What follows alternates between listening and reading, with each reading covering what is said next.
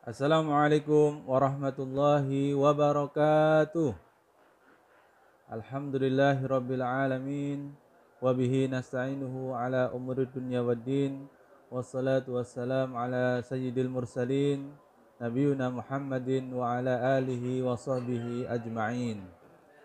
Adik-adik santri PTK El Mumtaz dimanapun kalian berada, alhamdulillah atas segala nikmat dan karunia Allah, kita masih diberikan kesehatan dan semoga kita selalu berada dalam naungan Allah Subhanahu wa taala.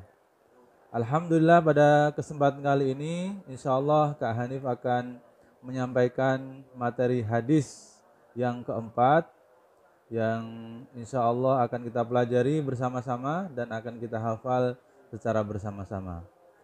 Baiklah, langsung saja tidak usah berlama-lama, kita mulai saja. Hadis yang keempat, saya bacakan hadisnya. Bismillahirrahmanirrahim. An Abi Abdurrahman bin Abdullah bin Mas'ud radhiyallahu anhu qala haddatsana Rasulullah sallallahu alaihi wasallam wa huwa shadiqul masduq. Inna ahadakum yujma'u khalquhu fi batni ummihi arba'ina yawma nutfah thumma yakunu 'alaqatan mithla dhalik thumma yakunu mudghatan mithla dhalik thumma yursalu ilaihil malaku fayanfukhu fihi ar-ruh wa yu'maru bi arba'i kalimat bikatbi rizqihi wa ajalihi wa amalihi wa syaqiyyun aw sa'idun. Nah, begitulah bacaan hadis yang keempat. Kemudian Kak Hanif ingin membacakan arti terjemahan dari hadis tersebut. Bismillahirrahmanirrahim. Diriwayatkan dari Abu Abdurrahman Abdullah bin Mas'ud radhiyallahu anhu, beliau berkata, Rasulullah sallallahu alaihi wasallam bersabda kepada kami, sedang beliau adalah orang yang jujur dan dapat dipercaya. Sesungguhnya seseorang dari kalian diciptakan atau dikumpulkan ciptaannya dalam perut ibunya selama 40 hari berupa nutfah, kemudian menjadi alaqah selama 40 hari pula, lantas menjadi mudghah pada waktu yang sama pula. Kemudian Allah mengirimkan malaikat untuk meniup ruh kepadanya, dan ia diperintahkan agar menulis 4 perkara atau 4 takdir atau 4 ketetapan, yaitu yang pertama rizkinya, yang kedua ajalnya, yang ketiga amalnya, dan yang terakhir kesengsaraan atau kebahagiaannya. Adik-adik yang dirahmati Allah Subhanahu wa taala, demikian bacaan hadis Arab dan artinya. Kemudian lanjut kita ke arti perkatanya. Sekarang apa? Yang pertama adalah batnun. Di dalam kalimat fi batni ummihi terdapat kata batnun. Batnun di dalam bahasa Indonesia artinya adalah perut.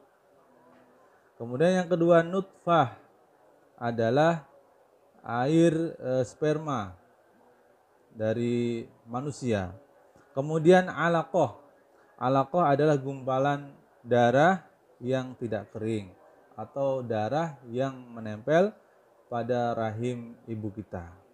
Kemudian mudghah adalah segumpal daging seukuran kepalan tangan.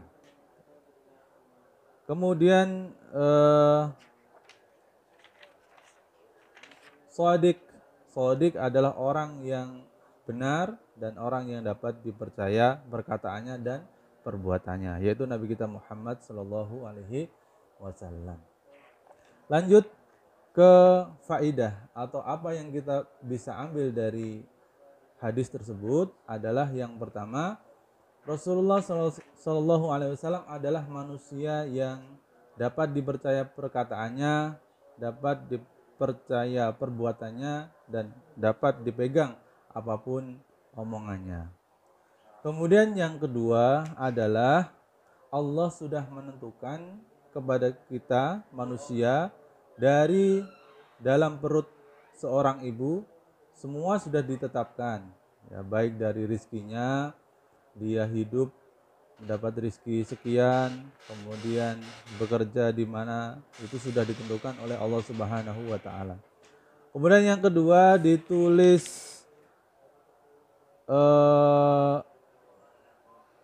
ajalnya, atau di mana dia mati, kapan dia mati, kemudian dengan sakit apa dia mati, semua telah ditulis oleh Allah Subhanahu wa taala. Makanya tidak ada seorang pun yang bisa memajukan kematian ataupun mengakhirkan kematian. Kemudian yang selanjutnya adalah ditulis amalnya, amal perbuatannya. Kemudian seperti ini ya, pekerjaannya. Kemudian seperti dia selama di dunia jadi apa. Kemudian di dunia dia ngapain aja, itu ditentukan oleh Allah Subhanahu wa taala. Dan yang terakhir, Allah tulis kebahagiaannya dan kesengsaraannya gitu ya. Kapan dia bahagia, kapan dia sengsara, kapan dia sedih, kapan dia senang, itu sudah ditetapkan oleh Allah Subhanahu wa taala. Kemudian selanjutnya adalah walaupun semuanya telah ditetapkan oleh Allah Subhanahu wa taala, maka kita tidak boleh menyerah begitu saja. Maknanya adalah, oh Allah sudah tetapkan seperti ini, ya sudahlah, biarin aja.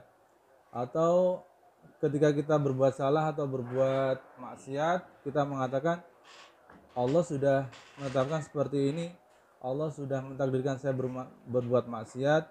Nah, itu juga tidak boleh, karena kita manusia dibekali oleh Allah Subhanahu wa taala pikiran, bisa mikir, bisa melihat mana yang baik, mana yang buruk. Yang baik kita ambil dan yang buruk kita tinggalkan. Adik-adik yang dirahmati Allah Subhanahu wa taala, demikian penyampaian hadis dari Kak Hanif, semoga bermanfaat dan dipelajari dengan sebaik-baiknya. Semoga kita bisa mengambil manfaat dan bisa mengamalkan hadis tersebut. Sampai jumpa lagi di pertemuan berikutnya. Akhiru da'wana wassalamualaikum warahmatullahi wabarakatuh.